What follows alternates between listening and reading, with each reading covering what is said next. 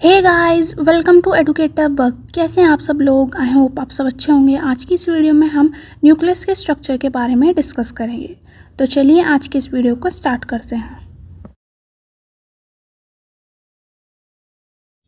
Nucleus का structure जानने से पहले हम न्यूक्लियस का थोड़ा सा इंट्रोडक्शन देख लेते हैं कि न्यूक्लियस है क्या।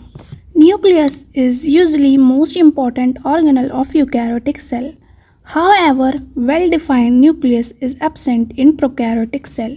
न्यूक्लियस यूकैरियोटिक सेल का एक इम्पॉर्टेंट ऑर्गेनल है, जबकि प्रोकैरियोटिक सेल में जो न्यूक्लियस है वो एब्सेंट रहता है। यहाँ पे हम देख सकते हैं यूकैरियोटिक सेल दिखाई गई है। यहाँ पे क्या है, न्यूक्लियस प्रेजेंट है, जो कि यूकैरियोटिक सेल का एक इम्पॉर्टेंट ऑर्गेनल है। जबकि यहाँ पे जो प्रोकैरियोटिक सेल है इसके अंदर कोई न्यूक्लियस प्रेजेंट नहीं होता। हम कह सकते हैं प्रोकैरियोटिक सेल में वेल डिफाइंड जो न्यूक्लियस है वो एब्सेंट होता है, क्योंकि इसके अंदर जो इसका जेनेटिक मटेरियल डीएनए है वो ऐसे ही साइटोप्लाज्म में हमें बिखरा हुआ देखने को मिलता है।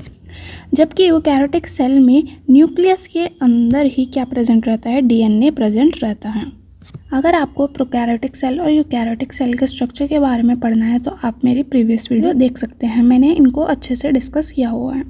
Nucleus is double membrane cell organelle which contains genetic material. Robert Brown discovered nucleus in 1931। जो न्यूक्लियस है वो डबल मेम्ब्रेन सेल ऑर्गेनल है। डबल मेम्ब्रेन सेल ऑर्गेनल कहने का मतलब है ये जो न्यूक्लियस है ये डबल मेम्ब्रेन से घिरा रहता है और न्यूक्लियस में ही जेनेटिक मटेरियल प्रेजेंट रहता है। सबसे पहले न्यूक्लियस की डिस्कवरी किसने की? रॉबर्ट ब्राउन ने न्यूक्लियस की डिस्कवरी की ईयर 1931 में। अब हम डिस्कस करेंगे न्यूक्लियस की पोजीशन के बारे में कि सेल में न्यूक्लियस कहाँ पे प्रेजेंट रहता है। In the animal cells it generally lies in the center, surrounded on all sides by the cytoplasm. However, in plant cell, it is often pushed to one side of the cell due to presence of large central vacuole. क्योंकि हमने discuss किया अभी कि जो nucleus है वो eukaryotic cell में present रहता है, जबकि प्रोकैरियोटिक सेल में ये एब्सेंट रहता है। यूकैरियोटिक सेल में प्लांट सेल और एनिमल सेल दोनों आ जाती हैं। जो प्लांट सेल है और जो एनिमल सेल है दोनों की दोनों क्या है, ये यूकैरियोटिक सेल हैं। एनिमल सेल में अगर हम बात करें, एनिमल सेल के अंदर जो न्यूक्लियस है वो सेंटर में प्रेजेंट रहता है। यहाँ हम देख सकते हैं ये सेंटर में क्या प्रेजेंट है, न्यूक्लियस प्रेजेंट है। और चारों तरफ से किससे घिरा हुआ है, ये साइटोप्लाज्म से घिरा हुआ है। और साइटोप्लाज्म में क्या है, अदर ऑर्गेनल्स भी प्रेजेंट हैं। जबकि अगर हम प्लांट सेल की बात करें, प्लांट सेल के अंदर जो न्यूक्लियस है वो साइड में हमें देखने को मिलता है। यहाँ हम देख सकते हैं साइड में न्यूक्लियस प्रेजेंट है। क्यों? इसका पोजीशन सेंटर में क्यों नहीं? क्योंकि प्लांट सेल में एक लार्ज वैक्यूल प्रेजेंट रहती है, जिसकी वजह से इसकी जो पोजीशन है वो थोड़ा साइड में आ जाती है। अब हम डिस्कस कर लेते हैं न्यूक्लियस के शेप के बारे में कि न्यूक्लियस का शेप कैसा होता है। The shape of nucleus is variable according to the cell type. किस टाइप की सेल है तो उसी के अकॉर्डिंग न्यूक्लियस का शेप होता है। इट इज़ जनरली स्फीरॉइड और फ्लैटेंड न्यूक्लियाई में also occur in certain cells. आमतौर से जो न्यूक्लियस का शेप है वो कैसा होता है, स्फीरॉइड होता है या स्फेरिकल होता है। स्फीरॉइड या स्फेरिकल कहने का मतलब है इनका जो शेप है वो कैसा होता है, गोल होता है। लेकिन कुछ सेल में हमें फ्लैटेंड न्यूक्लियाई या चपटा न्यूक्लियाई देखने को भी मिलता है। In certain WBC white blood cell, the nucleus is jumble shaped. अगर हम वाइट ब्लड सेल WBC की बात करें, इसमें जो न्यूक्लियस है वो कैसा होता है, डम्बल शेप्ड का होता है। Most cells contain a single nucleus known as mono और यूनिन्यूक्लिएट सेल्स। ज़्यादातर सेल जो है उसके अंदर हमें एक सिंगल न्यूक्लियस देखने को मिलता है।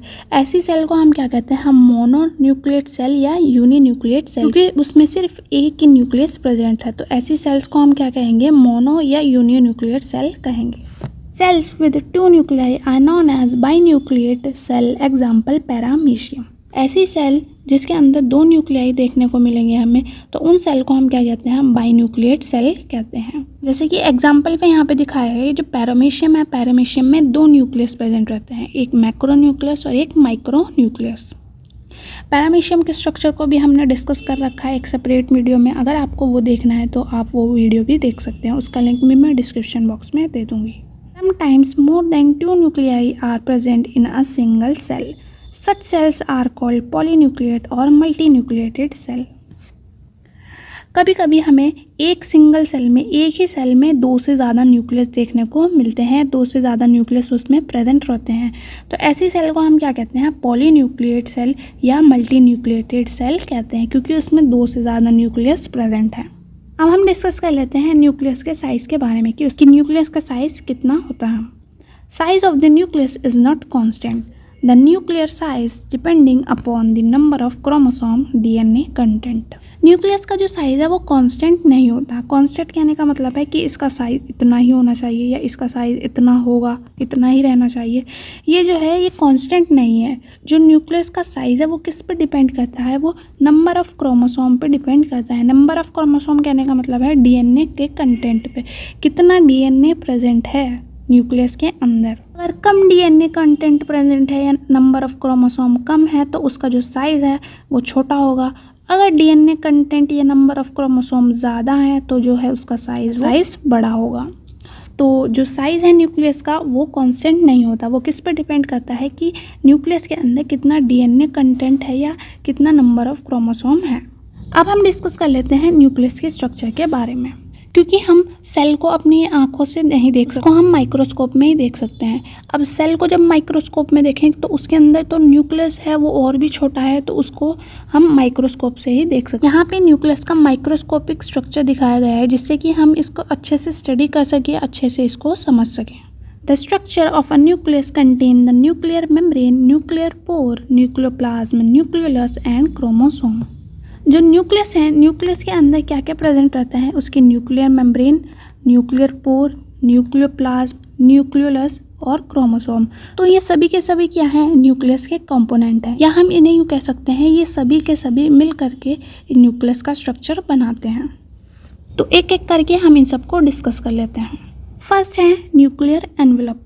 Nucleus is bounded by a thin covering the nuclear envelope. ये जो न्यूक्लियस है ये एक थिन पतली लेयर के थ्रू सराउंडेड रहता है या घिरा रहता है। इस कवरिंग को या इस लेयर को हम क्या कहते हैं? न्यूक्लियर एनवेलप कहते हैं। यहाँ पे हम देख सकते हैं दिखाई गई है न्यूक्लियर एनवेलप, जो कि न्यूक्लियस को चारों तरफ से घेर रही है या कवर्ड कर रही है। The nuclear envelope separates the nucleoplasm from the cytoplasm. ये जो न्यूक्लियर एनवेलप है ये न्यूक्लियस के जो ये इसके अंदर न्यूक्लियस के अंदर जो इसका न्यूक्लियोप्लाज्म है इसको बाहर सेल के साइटोप्लाज्म से सेपरेट करती है या उससे अलग करती है। अगर ये न्यूक्लियर एनवेलप ना हो तो क्या होगा? जो इसका न्यूक्लियोप्लाज्म है, न्यूक्लियस का जो न्यूक्लियोप्लाज्म है वो साइटोप्लाज्म के अंदर मिक्स हो जाएगा। It consist of 2 unit membrane, outer and inner.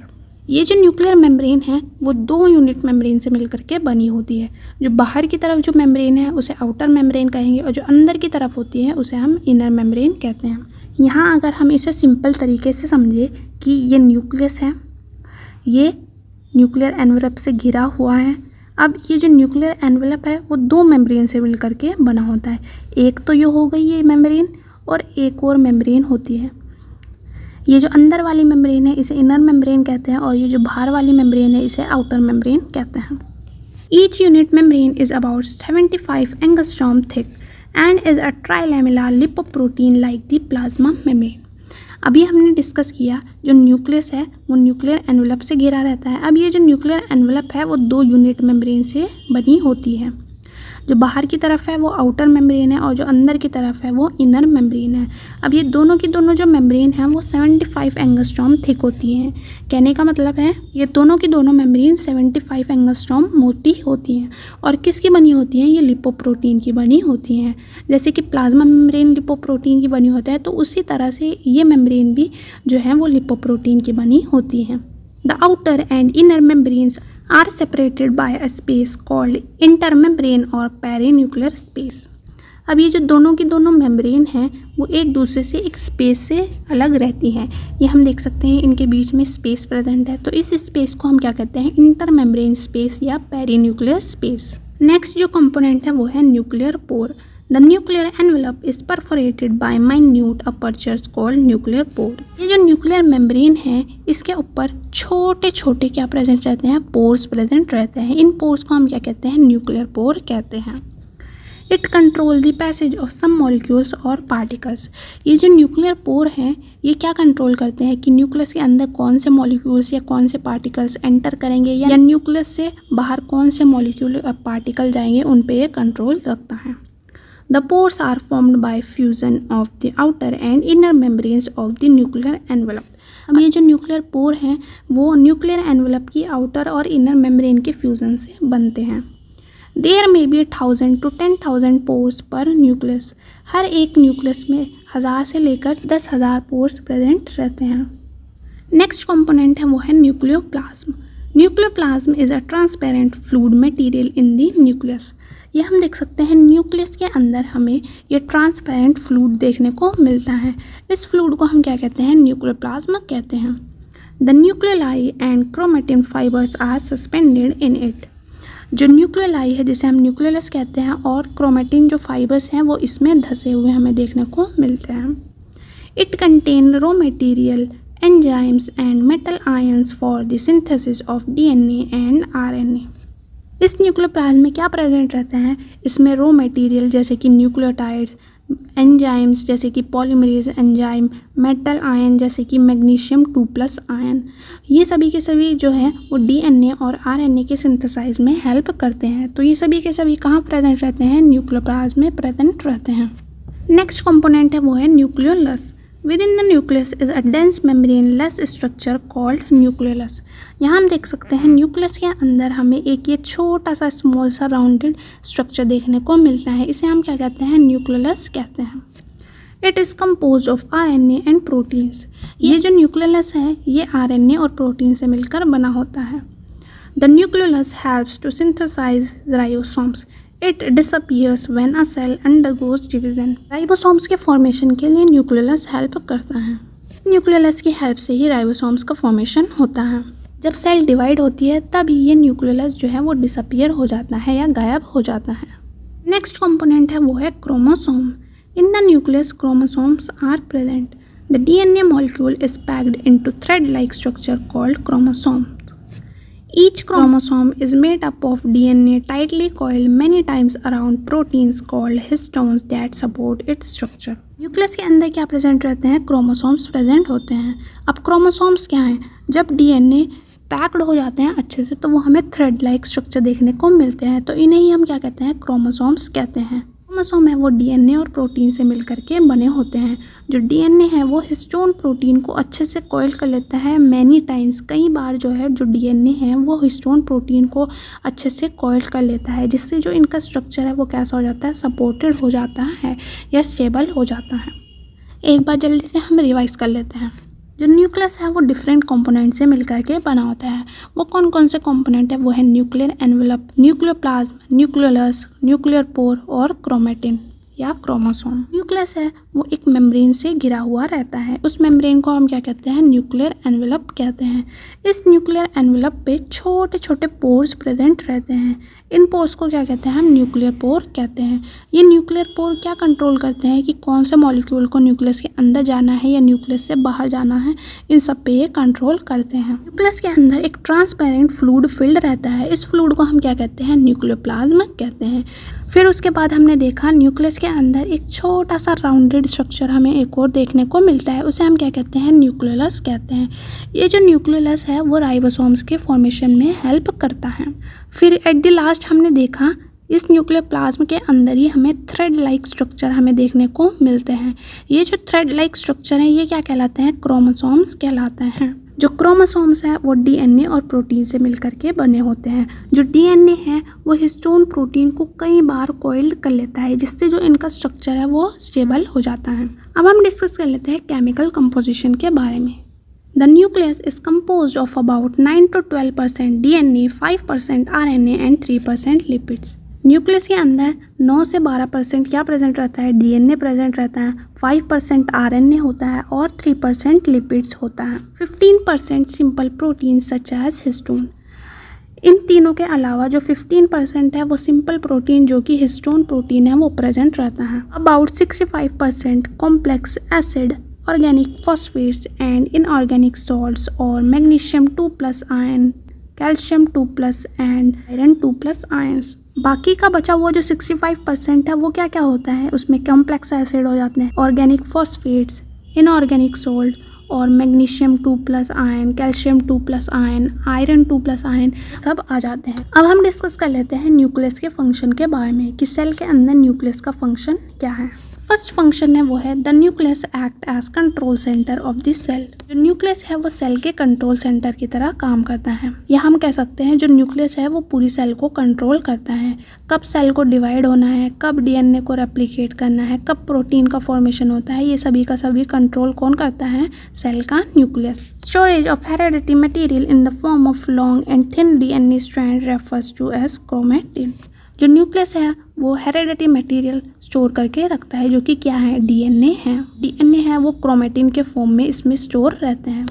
Next जो फंक्शन है वो है storage of proteins, RNA and ribosome. साथ साथ में जो न्यूक्लियस है वो प्रोटीन्स, आरएनए और राइबोसोम को भी स्टोर करके रखता है।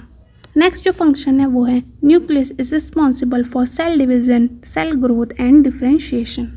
न्यूक्लियस ही सेल डिवीजन के लिए, सेल ग्रोथ के लिए, सेल डिफरेंशिएशन के लिए रिस्पॉन्सिबल होता है। तो ये सब हमने डिस्कस किए न्यूक्लियस के फंक्शन के बारे में। आई होप गाइज आपको वीडियो अच्छी लगी होगी। अगर वीडियो अच्छी लगी तो इसे लाइक करें, अपने दोस्तों के साथ शेयर करें। चैनल पर पहली बार आए हैं तो चैनल को सब्सक्राइब ज़रूर करें। मिलते हैं हम किसी अगली वीडियो में, तब तक के लिए बाय बाय, टेक केयर।